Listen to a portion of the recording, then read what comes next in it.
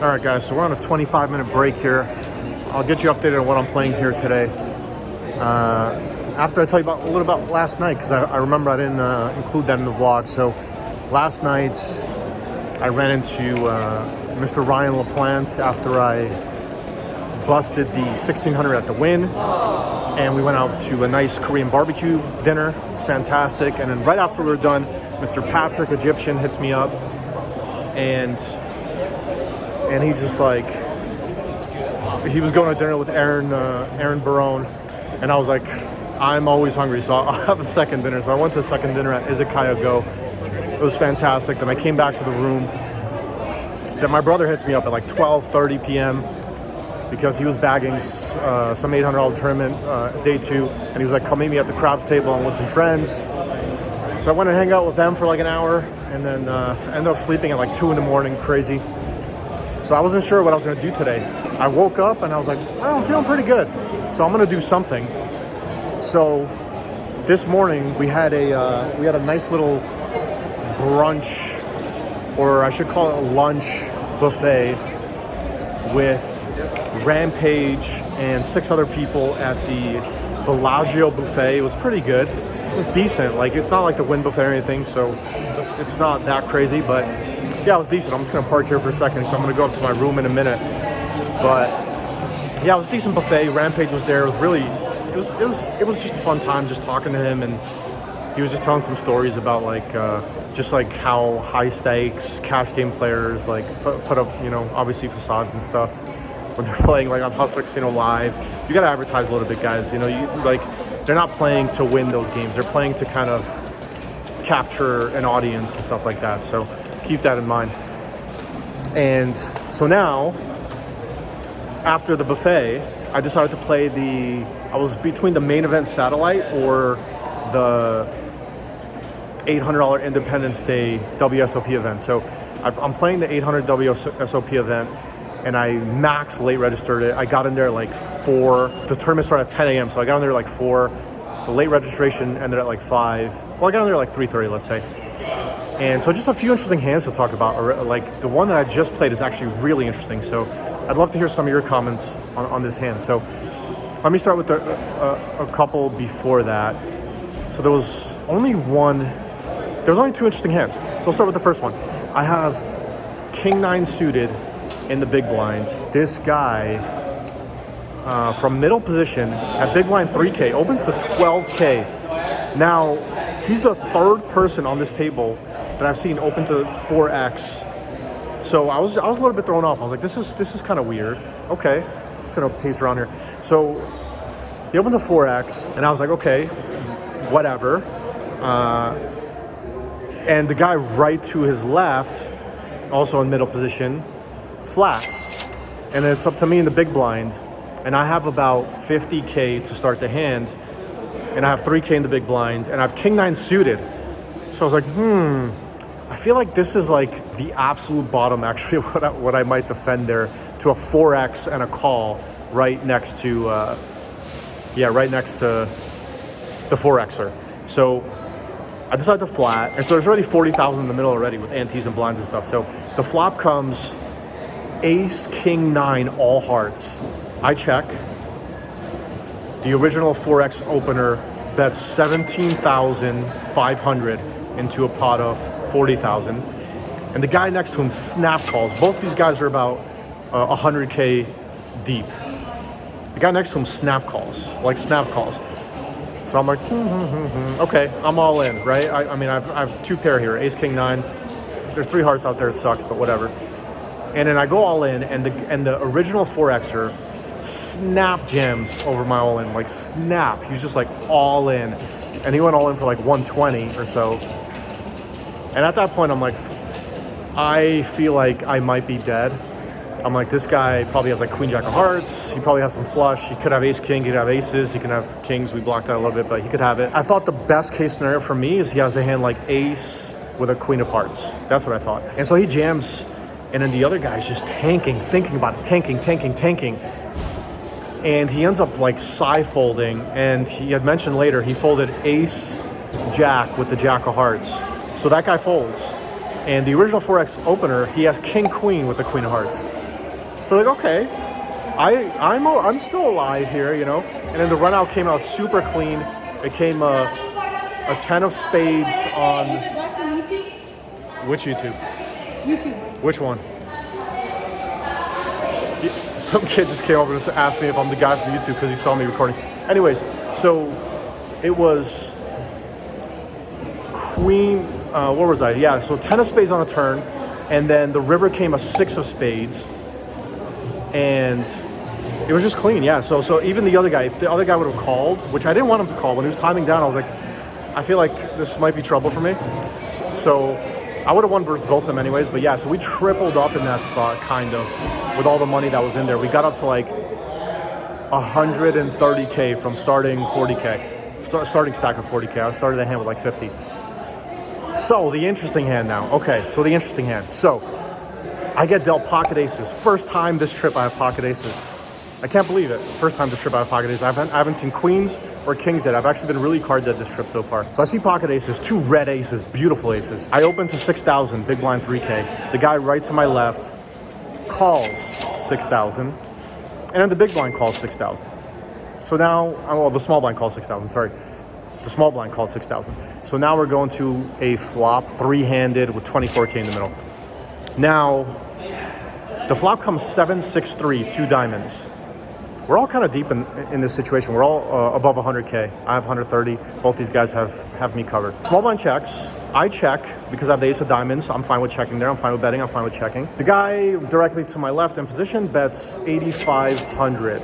And then the small blind raises to 35,000. So now it's up to me. What to do? What to do, guys? What to do? I mean, I'm like kind of trapping basically when I check that flop. So the guy in position, he could have, I mean, he could, like, the value hands he can have is like 4 or 5 suited for a straight. He can have the sets. He can have like 8s, 9s, even 10s maybe if he didn't 3-bet pre-flop. So he can have all those hands. And then the other guy in the small blind, when he raises to 35,000, ace-7 suited, some combo draws and like sets, and maybe also 5-4 suited. Like, I haven't been at that table for a very long time, so I don't have any reads on him, but I know he's been playing at least a decent VPIP.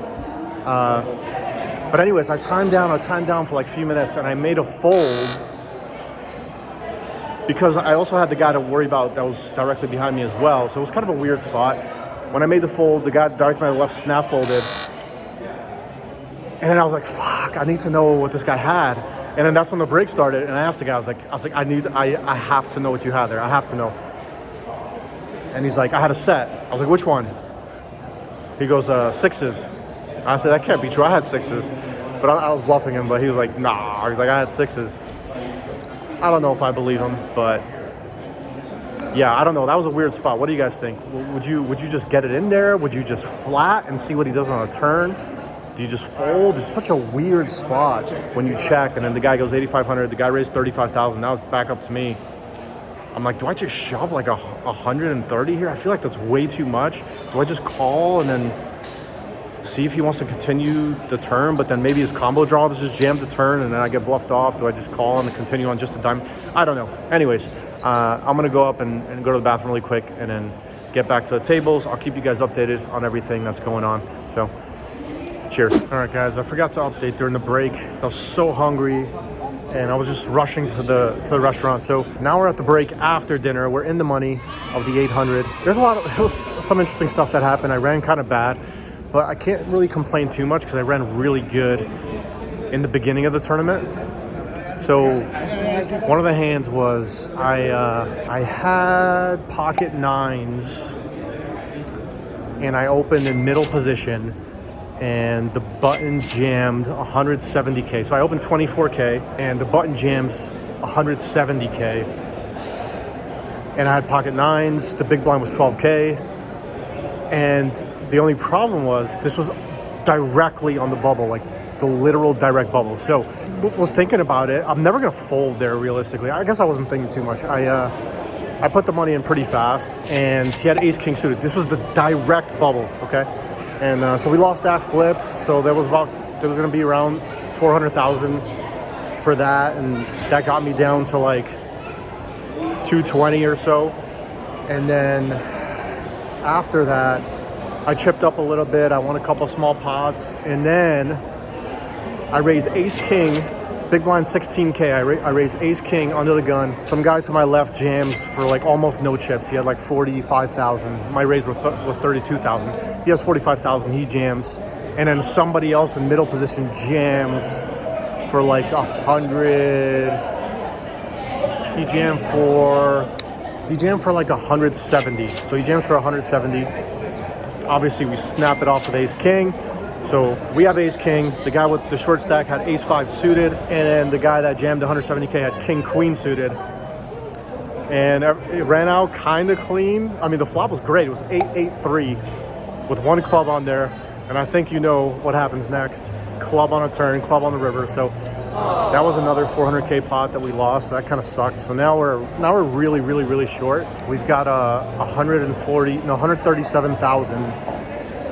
And the big blind, when we get back, is going to be 20K. So we've got almost nothing after losing those 2 pots. I could have had like $1 million in chips in this tournament right now, so it kind of sucks, but that's poker. I mean, in these MTTs, like, you can play as good as you want, but you have to win those flips. You have to win those 60-40s, those 70-30s, and sometimes you might even have to win at like a 30-70 or 20-80, you know, from time to time. So a lot of variance in MTTs, especially a single MTT, right? So we've got our chin up, and we're doing our best, and I'll keep you guys updated if we bust. There's only 3 more levels we're playing on the night, and we'll bag.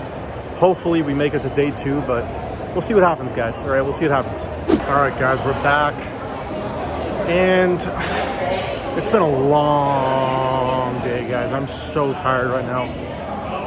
So we got back from break, and the first thing that happened was we had to fold out of the big blind with a 20K big blind, 20K ante. Somebody jammed into us. We had an 8-4 offsuit. We just had to get out of the way. So we're immediately down to 95,000 chips right after that. Then I got in a flip, pocket 2s versus ace king, and we held, which was nice, because after that we had like 230 or so, and then I won a couple other pots. I chipped up here and there. Got moved to a new table, made a couple all-in jams, got through. So we were doing pretty good. We were back up to around 400 again.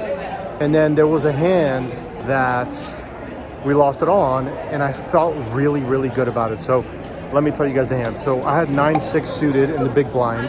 Some guy opens from the cutoff to 40,000. We call out of the big blind.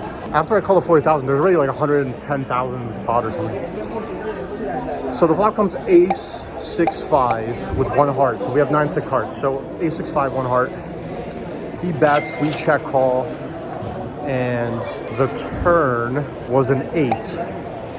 Just completely rainbow board. There's no flush draws out there. It was just like a dry 8. So I check it over to him. He checks back. The pot's at like 35, 110. So the pot's at like 180 right now. So it goes check. The river comes a 2, just a complete brick 2.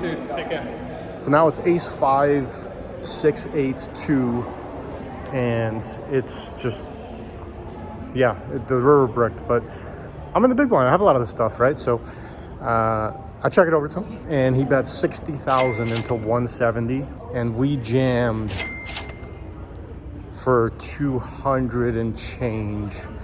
And he thought about it for like 20 seconds, and then he just called it off.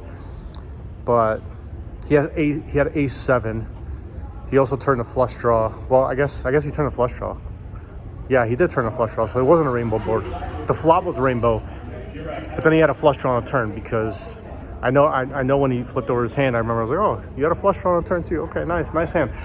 So that was that. You know, we lost that big pot, and it sucked. It absolutely sucked. But yeah, I mean, if that got through, God, if we get that bet through, we got a lot of chips.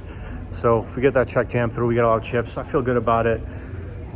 I think it's the spot that I really, really like taking. I have a lot of two-pair hands there that I would play the exact same way. I have a lot of straights there that I would play the exact same way.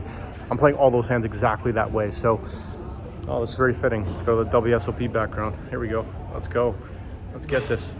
Yeah, so, yeah, that was it. That was it, guys. So, we jammed it in. We lost. And that's how it goes. We min-cashed this thing. Could have built a chip stack.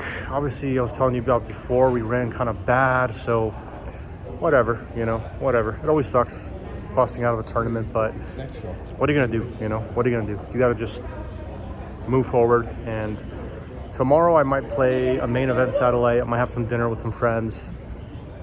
There's a main event satellite at 1 o'clock, and then there's another one at 7. There's another one at like 4. They have like tons of satellites. So I'm like, I might. I don't know. I don't know yet. Maybe I'll take a day off. Depends how I'm feeling in the morning. I'm not gonna force anything. You know, usually in the past, actually, when I bust a tournament like this, I would just go straight to cash games.